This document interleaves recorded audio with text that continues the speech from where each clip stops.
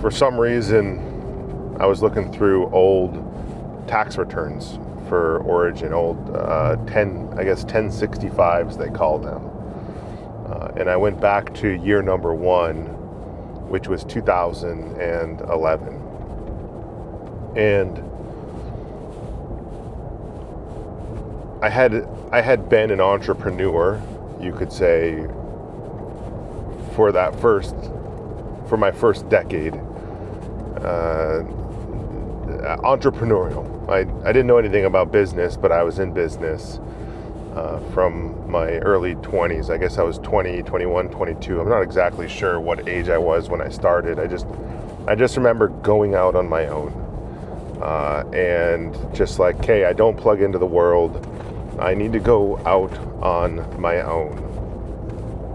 And this isn't a unique feeling, to be inspired to go and build something. I think the world is filled with lost souls or old souls or folks that just don't plug into the modern system, modern education, the way it's designed, what you're supposed to do, who you're supposed to be. And I certainly was in that group of people, and in that group of people. But as a college dropout and not knowing anything about business and just trying to like smash my head up against a wall, I did that for almost the first decade, to 2000 to 2009, let's call it, give or take a year or two. I don't remember the exact dates. What I do remember is losing it all. I do remember that pretty vividly. Although the mind has a way of protecting itself from extreme situations, it seems like fragments have disappeared. The root of it, the root of what happened and why it happened and how it happened,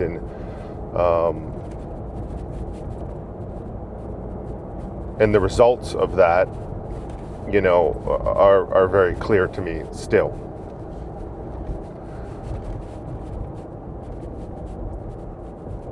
You've heard me talk about folks have 4 decades of opportunity, and I really want to dive into this today because I just think the context for this is really important, and I'm going to come back around to 2011 when I started Origin, because that was my second decade of opportunity. And looking at this tax return, it just made me really reflect. From 0 to 20 years old, you are learning.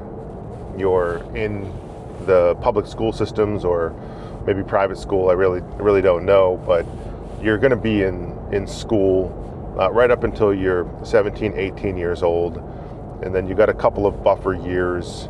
If you go into if you might go to a 2-year school or a 4-year school or no years, but when you average it out, it's about 20 years of learning and being taken care of by your parents, being on your parents' insurance, just all the things that come with hopefully being raised. And we all have our struggles with how we were raised, for sure.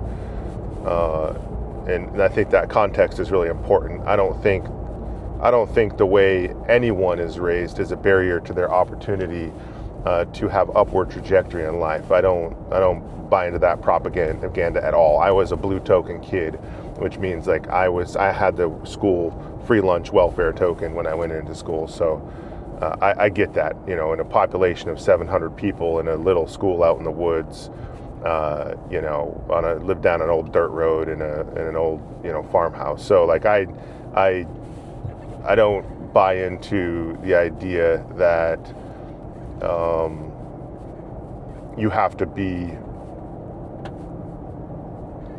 to start with opportunity. I think opportunity can be created, and it takes time, years, decades to do that. So that first decade for me was a lot of learning. In 0 to 20, you're learning.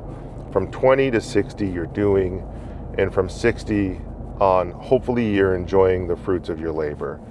Now the goal is to compress that 40 years. And I'm not talking about work, right? I'm talking about opportunities, experiences. Experiences are the only thing that we can take with us. You're not going to bring stuff with you. And so if you can compress your opportunities and experiences that you want to have, that is the real goal, not stuff and things. I'm going to unpack this a little bit more.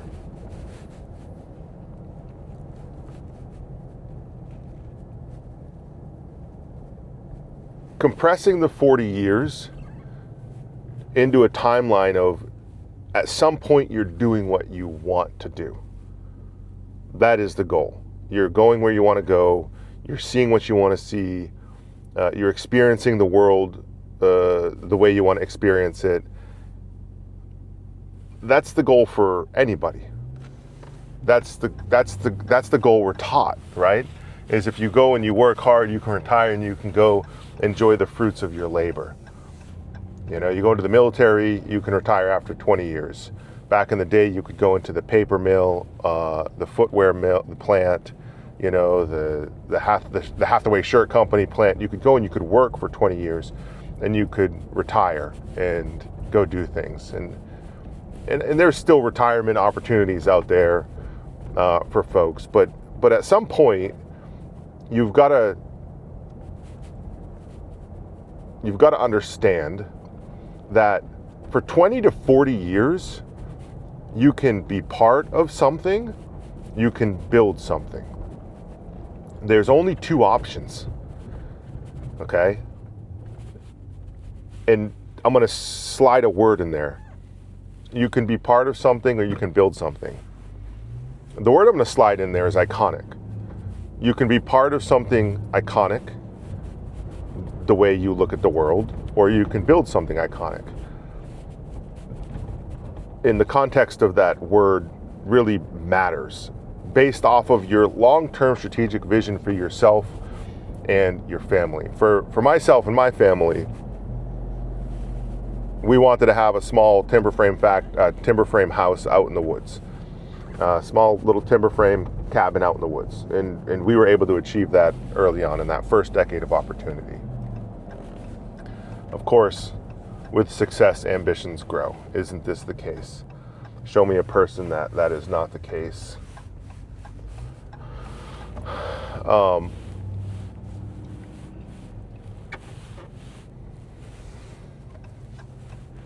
I get a cappuccino this morning?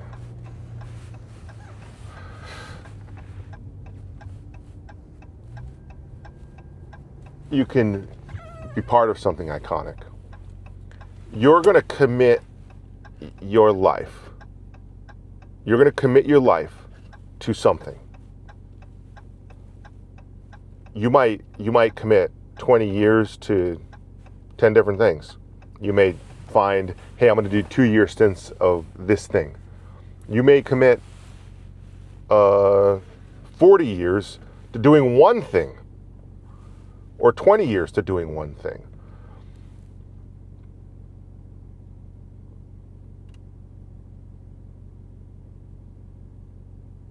But you're going to have to do something. Everyone does. Everyone who wants more in life and doesn't want to be homeless is going to have to work, unless you come from some type of a trust fund or something. That's not the case for me.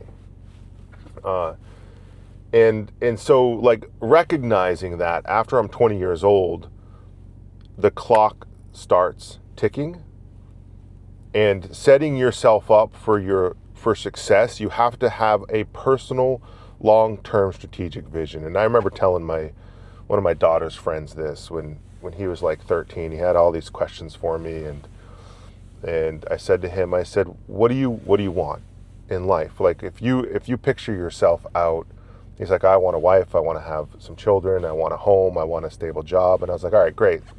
I said, and what else do you want? Do you want to do things? Do you want to have things? Do you want to go places? Do you want to have new experiences? And of course he doesn't know yet, right? He's a young 13, 14, maybe 15-year-old kid. I couldn't remember at that time. But it's important that you have a long-term strategic vision for yourself and how you see yourself in the future. Do you see yourself traveling a lot, getting experience inside the United States, outside the United States? Do you see yourself wanting to have a second home somewhere? Do you enjoy being out on the ocean and you enjoy tuna fishing? Like, I don't know, like passions. Do you want to go compete in jiu-jitsu in the Masters World Championships every year? Like, organizing what this looks like is really important. The same way that I would cast a long-term strategic vision for our brands is the same way you should cast a long-term strategic vision for yourself. They're no different.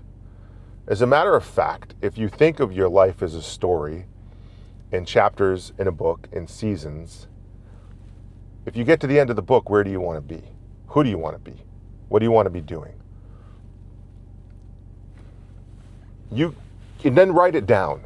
I mean, writing it down is half the battle. And taking the first step towards that, you're already on your way there. And what I said to this young kid, this was years ago, is you've got to make sure the decisions you're making now are going to lead you on that path. And you've also got to understand that that is not a straight path. It is going to zig and zag, and that is okay. That's life.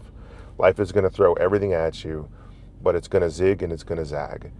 And sometimes it's going to be impossible and feel insurmountable, but as long as you're breathing, there's a way through. And I don't really think kids get that these days. I think they're still being educated to plug into a system. And I believe this world we live in is so much more advanced, and there is so much more opportunity because the world has shrunk. The world fits in your pocket now. Like every library in the world, every image in the world, every bit of knowledge that has been written down or talked about, it's here. This is it. It fits in your hand. It's unbelievable. This happened in such a short time, too. And so the possibilities are endless for this next generation of kids. I don't really think they're being taught how to leverage that necessarily. I think that's probably missing. But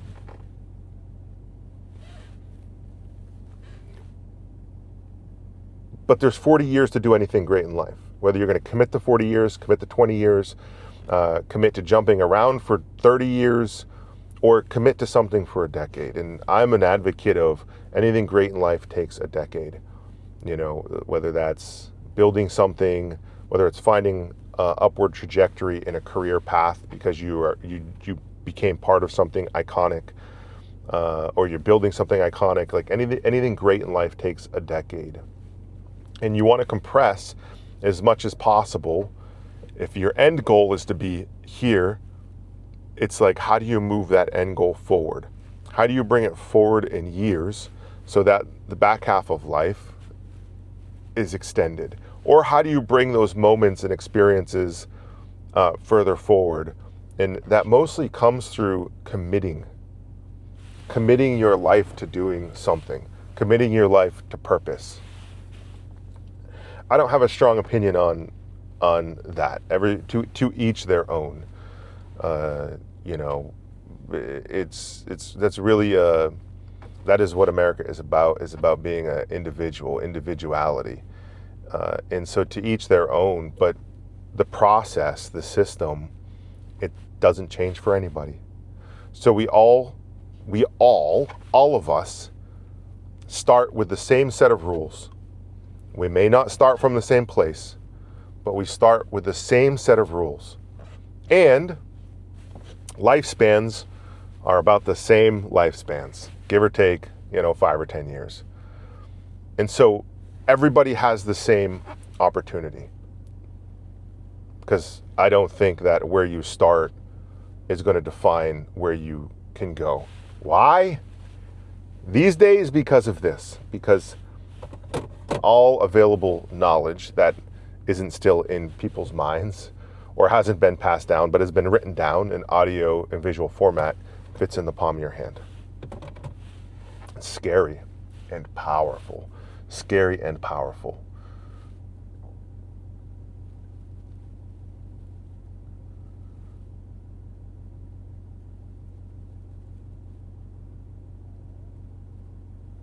And most of it's free.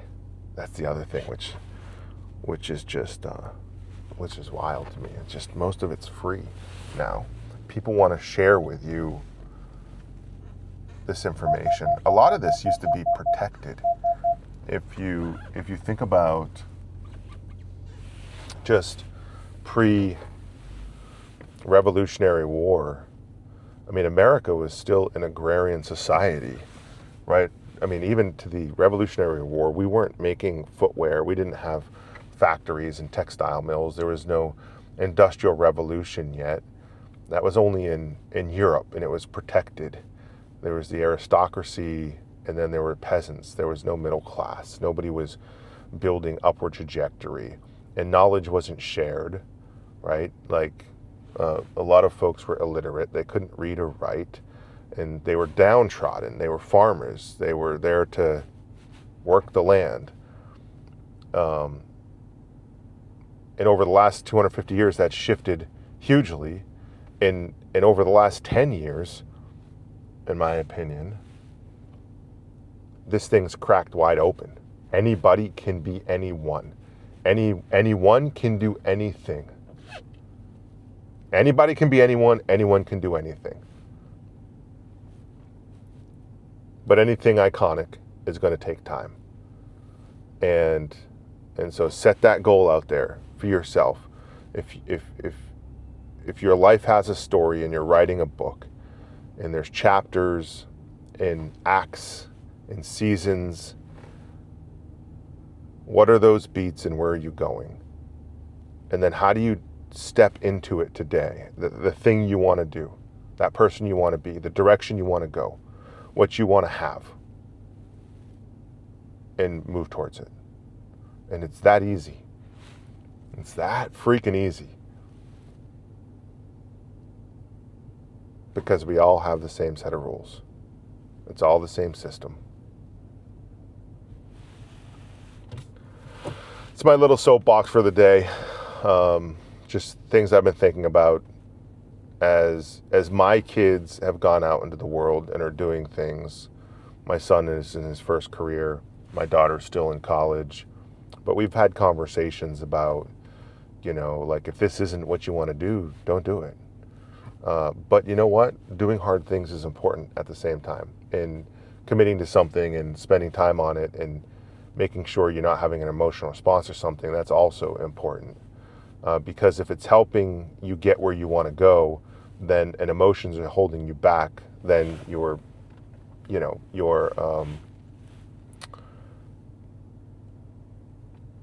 being weak-minded. And there's a difference between finding the power of purpose and being weak-minded about where you're going. So that's a whole different discussion. Anyways, all right, got my cappy. Let me button this up for folks, because I told you I was looking at my old tax returns from 2011. And this is after losing everything. 2008, 2009 recession. 2010, basically tried to figure out what the hell I was doing with life again. Didn't have a plan. Decided I was going to do something in jiu-jitsu. And started Origin. In 2011, on the tax return, it says that I lost $3,000. It was like $3,300, and the revenue was maybe $80,000. Now, this was the start, the beginning of my second decade of opportunity. The next 10 years started 2011. The first 10 years were hard. But you know what? In that 10 years, had 2 kids,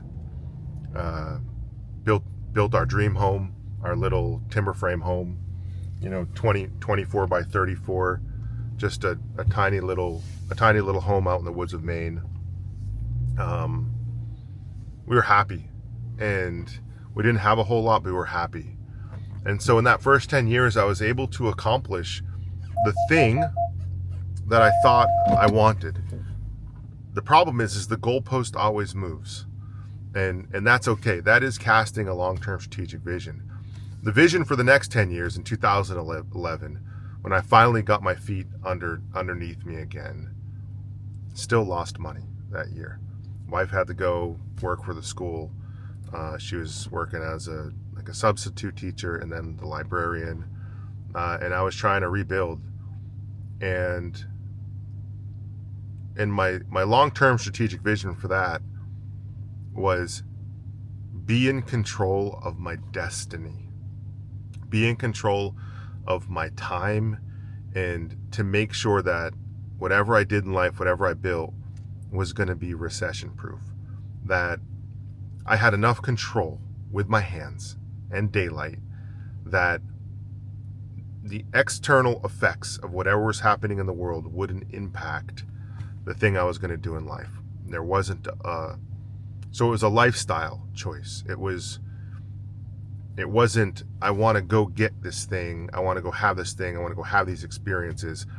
It was more about quality of life and being able to provide that for my family. The goalpost moved again.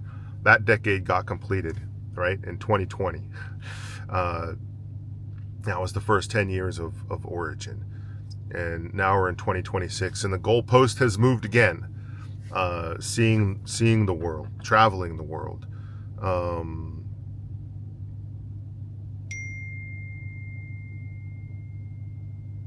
paying for nieces and nephews' colleges, retiring our parents. There's big, ambitious, lofty goals, and we've been able to accomplish a lot of those also. And so every 10 years, and the secret is it's casting a long-term strategic vision, but just like you do in a company, every 10 years you need to change. In life, you have to think about it the same way. Every 10 years, cast a new long-term strategic vision and move the goalpost, and that will keep you from becoming complacent. Just make sure as you move that goalpost, it's for the right reasons, because that's a lot of times where people get off track. They start focusing on the wrong things instead of the right things. And I think intrinsically we know what the right things and the wrong things are. And I would just say check yourself, because the mind is creative and plays mental gymnastics. So move the goalpost. It's good. Find upward trajectory. That's good. And cast that vision. That's good too. And so even if you've failed or you've made those tuition payments like I did the first 10 years, something good came out of that. Even though I lost everything, something good came out of that. Then the year 1 of starting this new thing, lost again, something good came out of that. Last year we lost $6 million on Origin. Something good came out of that. And so it's also staying focused on what you've learned, because the world isn't going to teach you how to do this. I should rephrase that, because the education system isn't going to teach you how to do this. You're not going to be educated in school the first 20 years on how to do life. That isn't what it's for. And so you're going to learn on the fly, and everybody's going to learn on the street. But it is possible. Again, we all have the same set of rules, even though we start from different places. And there's no limits to your mind, and the sky is the limit. That's it. Do what you want to do in life.